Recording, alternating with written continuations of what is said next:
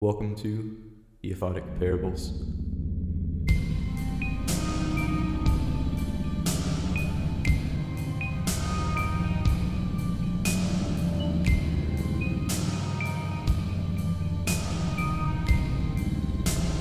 Welcome back to another episode of the Aphotic Parables. Today I'll be reading the Dryad of the Woods, Chapter 2, Thunder. I hope you guys enjoyed the first chapter of this. I know I did, and I've been enjoying reading it and enjoying reading it to you guys. So, just listen, I guess. The Dryad of the Woods, Chapter 2, Thunder. Well, I'll be a wet match on a cold night. Felton, is that you? How you doing, Sam? The old man set aside his broom and hobbled over to Felton into a heartfelt hug. It must have been concerning for those observing to see the bear of a man hug the scrawny old one, seemingly on the verge of breaking the ladder. I was wondering when Felton Banks was going to swing by this old lodge and give an old friend some company. Can't even recall the last time you blessed these parts. The lobby of the lodge was big, well lit by its many windows. It was cramped wall to wall with dated furniture mainly comprised of leather comforters embroiled with cases that rivaled sand. They were huddled in groups around chipped coffee tables like a campfire site. Every inch of the walls was heavily ornamented with old knickknacks and taxied animal heads that filled the air with a musty scent of pine. Well, I'll be. Look at y'all grown up, Sam said, eyeing Ruth. You're almost as tall as your pa. She grinned sheepishly at the compliment. She knew her height was nowhere near her father's towering one, yet she still rendered a hug to the old man. Hey, Sammy. You look like a stunning reflection of your mother, too, Sam went on, looking her up and down. Felton, what you been feeding her? I swear, children been growing too doggone fast these days. Only the good stuff. But she's been dying to eat your grilled cheddars again. Sam scoffed. I done told you the recipe how many times now? You still ain't got it yet. It ain't the same, Sam. Nothing beats. Excuse me, Alex interrupted. I hate to jump between this little reunion, but I need a phone so I can call the sheriff. I got places I need to be. Now, you have one or not?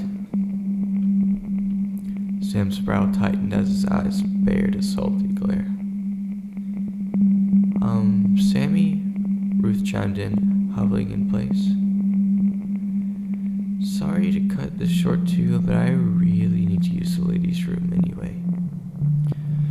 His face lightened. You still remember where the bathroom is, right? On second floor, darling. To the right on the end. Just got it refurbished, too. She thanked him and hurried off. Old man, Alex interrupted again. The phone. The scowl returned to Sam. He clenched his fist and started to walk towards them until Felton stepped in between. Looky here, Sam. These two had a bit of a fender bender down the road. You know how that can be. Even in that heat, nothing can melt taut like that. If you gotta give him what he needs, he'll be out of your hair before you know it.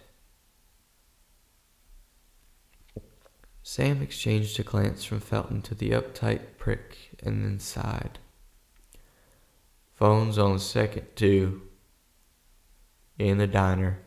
Come on, then. I can whip up some of them grilled cheddars and anything else you want. Any of y'all gonna need a room? He led the group to a staircase in the back As stated, there was a small diner at the top, housing several tables and booths. Off to the side was a miniature-sized room resembling the lobby, with a few comforters and even more knickknacks covering the walls. Sam pointed to the wall next to the counter. "There's your phone. Sheriff's number is posted on the side." The suit stormed over to it.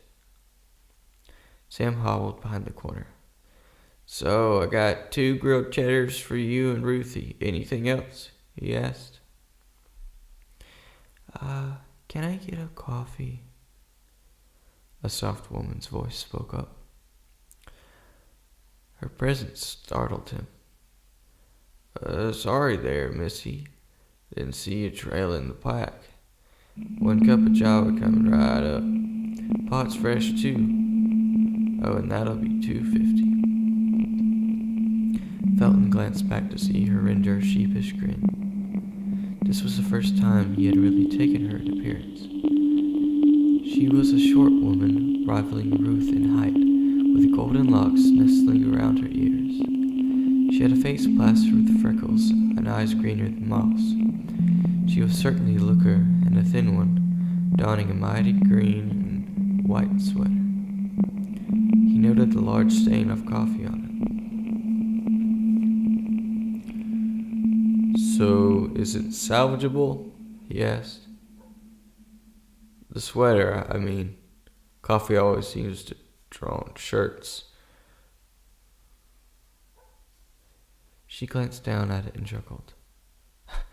"Oh, this? Yeah, it's a crock. My favorite, too. My mama knows a thing or two about stains. This'll be nothing to her." "Your mama, huh? That's why you're cutting through the past? Let's see, from the way you hold yourself, I figured you to be a Nebraskan girl. Am I right?"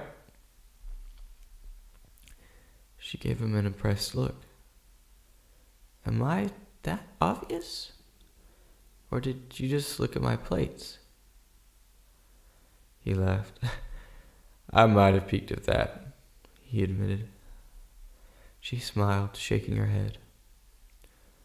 "Well, yeah, I'm a Nebraskan girl, born and raised, and yeah, I'm on my way to see my mama. It was Felton, right?" "Yes, ma'am, Felton Banks," he said, offering a hand. "Carol, if I remember it." "Yeah, Carol Swan," she replied, taking it. "You seem to know the innkeeper pretty well. I take it you're from around these parts." "Something like that. Me and Ruthie used to come through here every year to do some hunting." "Ruthie, I take it she's your daughter?" "Yes, ma'am. She's 16 years and a pain in my butt." Carol snickered. "In all seriousness, though, I love her to death. She's my pride and light. Don't know what I'd do without her." "That's nice."